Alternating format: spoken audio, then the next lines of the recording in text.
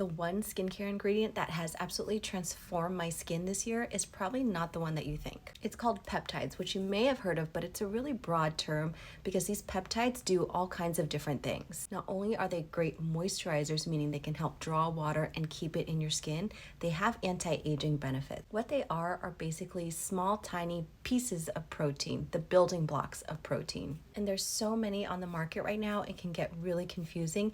So I'm gonna do my best to break them down. One of them is copper peptides.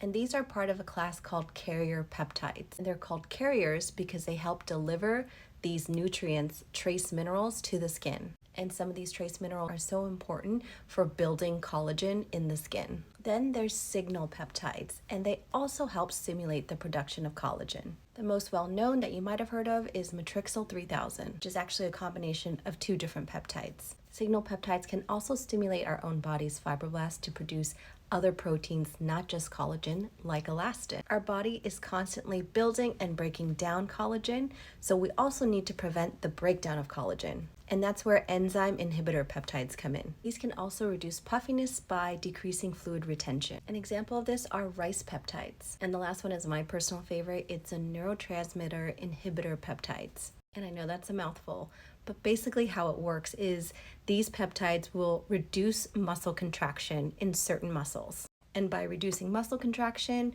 we're getting wrinkle relaxation. Basically, it can mimic the effects of something like Botox without the needles. The most well-studied of this is called agareline. What I love about these peptides is they're very non-irritating and work well with your normal skincare routine, like your vitamin C's and your retinols. It's been a game changer for my skin. I've only been really consistent in the last year, but I've noticed so much more plumpness. My skin just feels a lot more cushiony and bouncy.